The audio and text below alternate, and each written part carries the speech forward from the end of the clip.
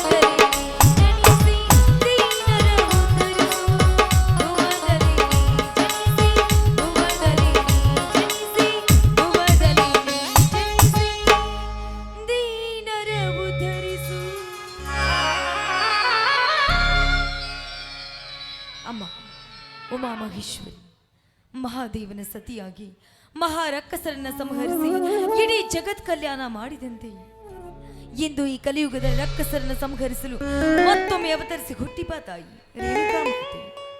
ಅಮ್ಮ, ಈ ಭೂತಾಯೇ ನಮ್ಮ ಸೇವೆ, ಕುರಿಮರಿ ಸೇವೆ ನಮ್ಮ ಸೇವೆ ಅಂತ ಬದುಕುತ್ತಿರುವ ನಮ್ಮನ್ನೆಲ್ಲ ರಕ್ಷಿಸಿ ಉದ್ಧರಿಸುವ ಭಾರ ನಿನ್ನದಮ್ಮ, ನಿನ್ನ.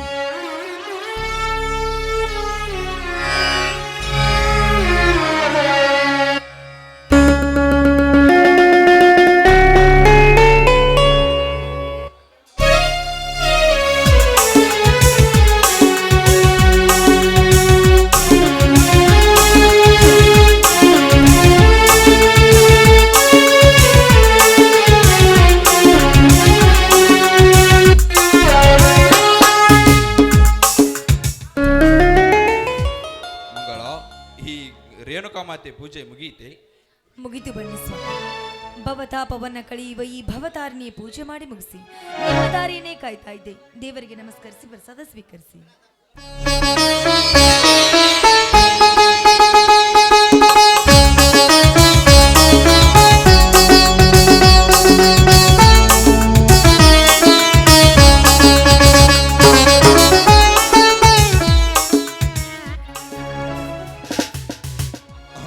ರೇಣುಕಾಮಾತೆ, ನಿನಗೆ ನನ್ನ ಅನಂತ ಕೋಟಿ ನಮಸ್ಕಾರ. ಮಹಾಮರದ ಕೋಗಿಲೆ ಕೂಡ ನಿನಗೆ ಅಮ್ಮ ಎಂದು ಕೂಗಿ ಆನಂದಿಸುವಂತೆ ನಾವಿಂದು ನಿನ್ನನ್ನು ಪೂಜಿಸಿ ಭಾಗ್ಯವಂತರಾದೆವು ತಾಯಿ. ಭೂಮಾತೆ ಅಣ್ಣ ಕೊಡೋ ಮಾತೆಂದು ಹಗಲಿರಳು ಮಳೆ ಚಳಿ ಬಿಸಿಲನ್ನದೆ ದುಡಿಯುತ್ತಿದ್ದೇವೆ, ಕುರಿಗಳನ್ನು ಸಾಕಿಕೊಂಡು ಭೀಮ ಅರ್ಜುನರಂತೆ ತಮ್ಮಂದಿರನ್ನು ಬಳಸುತ್ತಿದ್ದೇನೆ. ಈ ಎಲ್ಲದಕ್ಕೂ ಸದಾ ನಿನ್ನ ಆಶೀರ್ವಾದವಿರಲಿ ತಾಯಿ, ನಿನ್ನ ಆಶೀರ್ವಾದವಿರಲಿ. ಇದೇನು ಸ್ವಾಮಿ?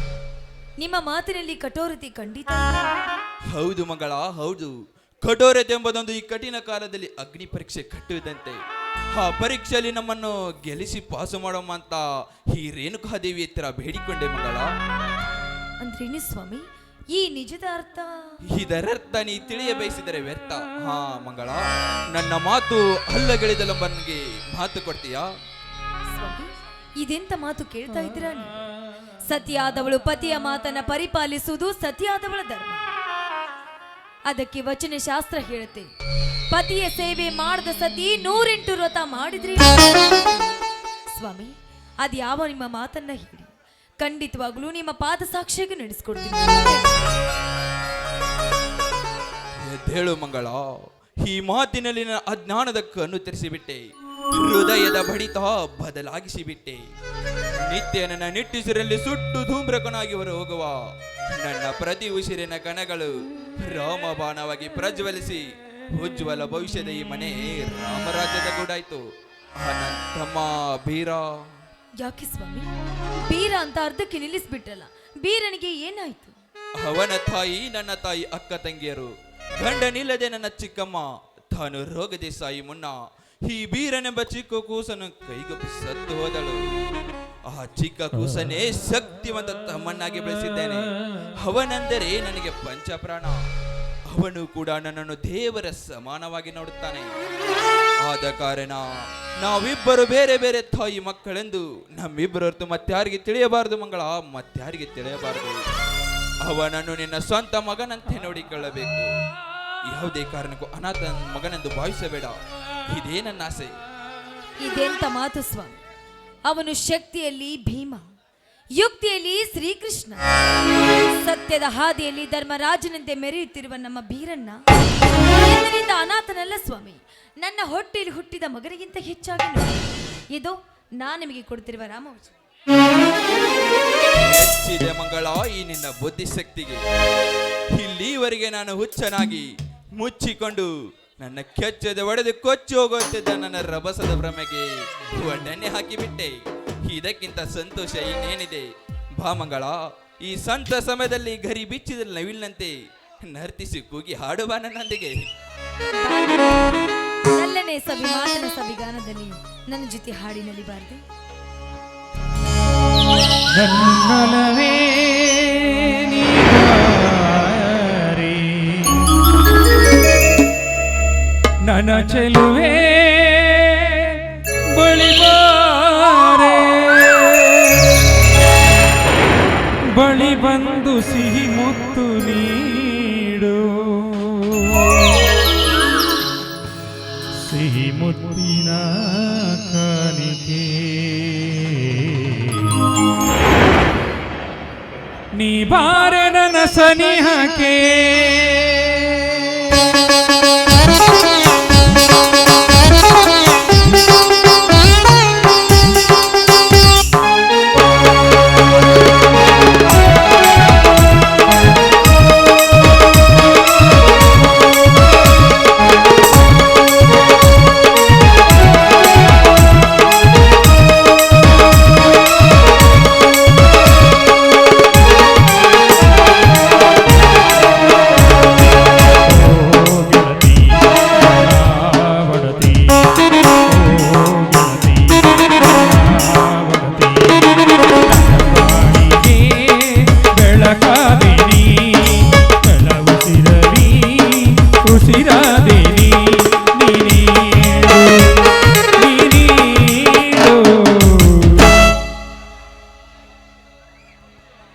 ಚಿನ್ನ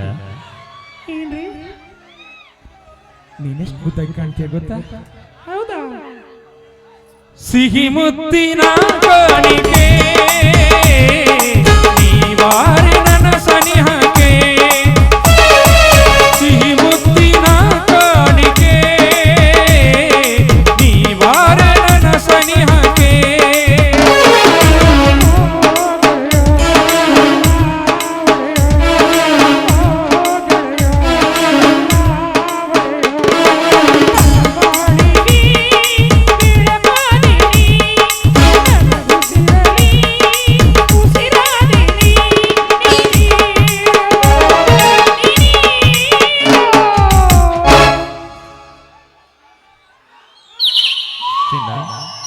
ಒಂದು ಮುತ್ತು ಸಿಹಿ ಮುತ್ತಿನ ಕಾಣಿಕೆ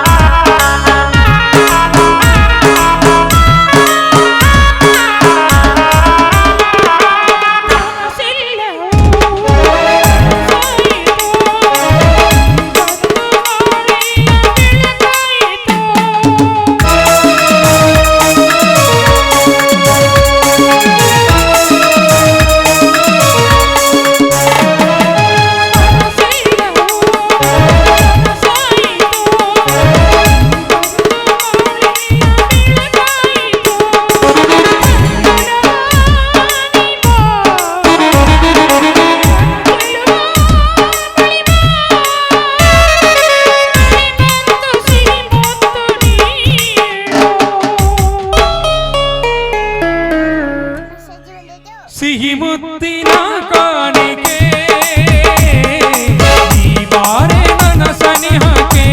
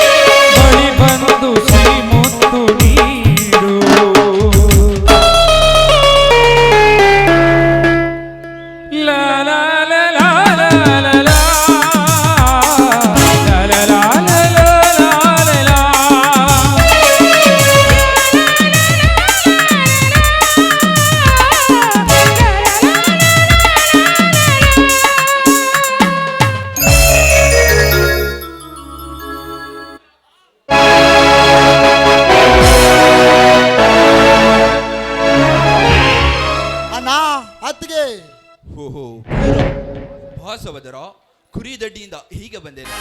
ಹೌದಣ್ಣ, ದಡ್ಡಿಯ ಕಸ ಹೊಡೆದು ಬಾಲಮರಿಯ ತಾಯಿ ಮಲಿಗೆ ಬೆಟ್ಟು ಅವುಗಳಿಗೆ ತಪ್ಪಲಾಕಿ ಈಗ ತಾನೇ ಬಂದೆ. ಬಾ ಮಗನ, ಕೈಕಾಲು ಮುಖ ತೊಳೆದುಕೊಂಡು ಬಾ. ಬಿಸಿ ಬಿಸಿ ಉಪ್ಪಿಟ್ಟು ಮಾಡಿನಿ, ಉಪ್ಪಿಟ್ಟು ತಿಂದು ಚಾ ಕೊಡುವಂತೆ. ಈ ಬೀರನಿಗೆ ಚಾಯ್ ಅಣ್ಣಮ್ಮ, ನನ್ನ ಹೆತ್ತ ತಂದೆ ತಾಯಿ ಅಂತಿರುವ ನಿಮ್ಮ ಕೈ ತುತ್ತಿನಿಂದ ಕೆಚ್ಚದ ದೇಹ ಬೆಳೆಸಿಕೊಂಡಿರುವ ಈ ಬೀರ ಈಗಾಗಲೇ ಒಂದು ಚೆರಿಗೆ ಹಾಲು, ಒಂದು ಬೋಗಾನಿ ಜೋಳನ್ನು ಚುಂಡೆ ಬಂದೇನೆ. ಹಾ ಅತ್ತಿಗೆ ನಾನೆಂದರೆ ಇಷ್ಟ ಅಲ್ಲವೇ? ಯಾಕೋ ತಮ್ಮ ಇವತ್ತು ಹೀಗೇಕೆ ಕೇಳುತ್ತಿರುವೆ? ನೀನಂದರೆ ನನಗೆ ಪಂಚ ಪ್ರಾಣ. ಅದು ಎಲ್ಲವನ್ನ ತಮ್ಮ ಧರ್ಮದ ನುಡಿಯಿಂದ ಕೇಳಿಸಿಕೊಂಡೆನ. ಹಾ ಅದು ಅದು ಏಕಣ್ಣ ತೊದಲಿಸುತ್ತಿರುವೆ. ಈಗಷ್ಟೇ ಹೇಳಿದರೆ ನಾನೆಂದರೆ ಪಂಚ ಪ್ರಾಣ ಅಂತ. ಅಣ್ಣ ತೆಗೆದಕೋಪ, 10 ಮರಿ ಮಾರಿದ 10,000 ರೂಪಾಯಿ ಅಂತೆ, 1,00,000 ರೂಪಾಯಿಯನ್ನು. ಸಾಧನೆ ಸಹೋದರ ನಿನ್ನದು. ಈ ನಿನ್ನ ದುಡಿಮೆಯನ್ನು ನಾನೆಷ್ಟು ಬಣ್ಣಿಸಿದರು. ಈ ನನ್ನ ಸಂಸಾರ ನಡೆಯುವುದೇ ಈ ನಿನ್ನ ಕುರಿಮರಿಗಳಿಂದ.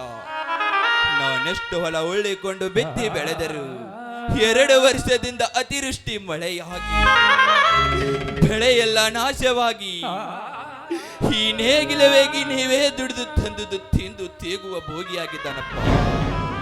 ತಿಂದು ತೇಗುವ ಭೋಗಿಯಾಗಿದ್ದಾನೆ. ಈ ವರ್ಷವಂತೂ ಮಳೆ ಇಲ್ಲದೆ ಬೆಳೆಯೂ ಇಲ್ಲ. ಅಣ್ಣ, ನಾನಿರುವಾಗ ನಿನ್ನ ಕಣ್ಣಲೇಕೆ ನೀರಣ್ಣ? ನೇಗಿಲ ಯೋಗಿ ಆದ ನೀನೆಂದೋ ಹೋಗಿ ಆಗಲ್ಲ. ಈ ನೇಗಿಲ ಯೋಗಿ ಒತ್ತಿ ಬಿತ್ತಿ ಬೆಳೆದರೆ ಈ ಜಗತ್ತಿಗೆ ಅವಳಿಗೆ ಆಲವಿಲ್ಲ. ಅದನ್ನ ನಿತ್ಯ ಕಾಯಕವನ್ನ, ಅದು ನಿತ್ಯ ಕಾಯಕ. ಎಂತ ವಿಚಾರ ಶಕ್ತಿ ಅಡಗಿದೆ ಸಹೋದರ ನಿನ್ನಲ್ಲಿ. ನಿನಗೆ ಕಾಯಕದ ಅರ್ಥವೂ ಗೊತ್ತೇ? ಅಣ್ಣ, ನಿನ್ನ ತಮ್ಮನಾಗಿ ಜನಿಸಿ ಬಂದವನಿಗೆ ಇಷ್ಟು ತಿಳಿಯುವುದಿಲ್ಲ. ಅಣ್ಣ ಕೇಳಲಿ, ಯೋಗಿಯ ಅಂತ್ಯವನ್ನು ಅಂದಹೀನ ಅಂದ ಅನಾಥರಿಗೆ ತಂದೆಯಾಗಿ, ಮೂಗರಿಗೆ ವೇಗನಾಗಿ, ಕಲೆ ಸಂಗೀತ ಗಾಯನ ಮಾಡಿ ಕರೆಸಿದ ಗದಗಿನ ಪುಟ್ಟರಾಜರು ಗಾನಯೋಗಿ. ಲಕ್ಷಾನು ಲಕ್ಷ ಮಕ್ಕಳಿಗೆ ವಿದ್ಯಾದಾನ ಮಾಡಿ ಅನೇಕ ಶಿಕ್ಷಣ ಸಂಸ್ಕೃತಿ ಕಟ್ಟಿ ತ್ರಿವಿಧು ದಾಸೋಹಿನರಾದರಲ್ಲ ಸಿದ್ಧಗಂಗಾ ಶ್ರೀ ಗುರುಗಳು ಶಿವಯೋಗಿ.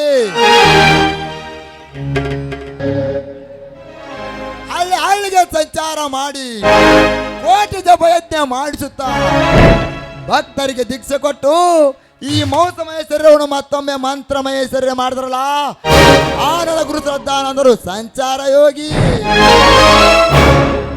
ಹುಟ್ಟಿದ ದಿನದಲ್ಲೇ ಕಾಂಚನವನ್ನು ಕಾಲಲ್ಲಿ ಸರಿಸಿ ಆಸೆಯನ್ನು ತ್ಯಜಿಸಿ ಜೇಬಿಲ್ಲದೆ ಸೆಲ್ಟು ಧರಿಸಿ ಸರ್ವ ಜನಾಂಗಕ್ಕೆ ಬಿಡುವಿಲ್ಲದೆ ಪ್ರವಚನ ಮಾಡಿ ಅವರು ಸಾಯುವ ಮುನ್ನ ಬರೆದಿಟ್ಟ ಲೇಖನೆಯಲ್ಲಿ ಈ ಜೀವ ಇಲ್ಲದ ಮೇಲೆ ಇದರಲ್ಲೇನಿದೆ?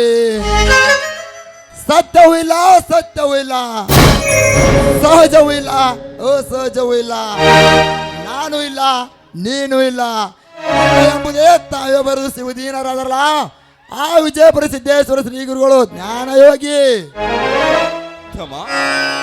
ಎಂತ ಮಾತುಗಳಿವು? ಏನೋ ಕೇಳೋಣ. ಸೃಷ್ಟಿಕರ್ತ ನಿರ್ಮಿಸಿದ ಈ ಜಗದಲ್ಲಿ ಚಳೆ ಮಳೆ ಬಿಸಿಲೆನ್ನದೆ ಉತ್ತಿ ಬಿತ್ತಿ ಜಗಕ್ಕೆ ಅನ್ನ ಹಾಕೊಂಡಿರು ನೇಗಿಲ ಯೋಗಿ ಅನ್ನ. ಈ ನಿನ್ನ ಒಂದೊಂದು ಮಾತು ಕೇಳಿ ಈ ಜಗವನ್ನೇ ಮರೆತು ಬಿಟ್ಟೆ. ಅಣ್ಣ, ಏನಿದು ಮನೆಯಲ್ಲಿ ಸಂತೋಷ ಸಂಭ್ರಮ? ಬಾರಪ್ಪ ಶಿಶಿದೆ, ನಿನ್ನ ವಿದ್ಯಾಭ್ಯಾಸ ಚೆನ್ನಾಗಿ ನಡೀತಾ ಇದೆ ತಾನೆ? ಡಿಗ್ರಿ ಅಭ್ಯಾಸ ಚೆನ್ನಾಗಿ ಆಗಿದೆಯೇ, ಆದರೆ ಹಣಕ್ಕಾಗಿ ಅಣ್ಣನ ಕಡೆಗೆ ಬಂದೆ. ಅಣ್ಣ, ಈಗ ತಾನೇ ಮರಿ ಮಾರಿದ ಹಣ ಕೊಟ್ಟನಲ್ಲ, ಎಷ್ಟು ಬೇಕು ಕೊಟ್ಟು ಬಿಡೋಣ. ಎಷ್ಟು ಬೇಕಾಗಿದೆ ಸಹೋದರ? 50,000 ಕೊಟ್ಟು ಬಿಡುವನ ಸಾಕು ಅಷ್ಟೇ. ತೆಗೆದುಕೋ, ಹಣವೆಂದ ಮೇಲೆ ಹಿಡಿತದಿಂದಿರಬೇಕು. ಸ್ವಾಮಿ, ನೋಡಿದ್ರೆ ಈಗ ನಮ್ಮ ಸಂಸಾರ ಆನಂದ ಸಾಗರವಾಯಿತು ಅಲ್ವೇನ್ರಿ? ಮಂಗಳ, ಈ ನನ್ನ ತಮ್ಮಂದಿರೇ ನನಗೆ ಸರ್ವಾಸ್ತಿ. ಬನ್ನಿರಪ್ಪ, ಈ ಆನಂದ ಸಾಗರದಲ್ಲಿ ಎಲ್ಲರೂ ಕೂಡಿ ಹಾಡೋಣ. ಎಂದೆಂದು ಬಾಳಲಿ ಹೀಗೆ ಆನಂದ ತುಂಬಿರಲೆಂದು ಅಣ್ಣಯ್ಯ ನಿನ್ನ ಬಾಳು ಬಂಗಾರವಾಗಲೆಂದು ಹಾರೈಸುವೆ ನಾನೀ ದಿನ.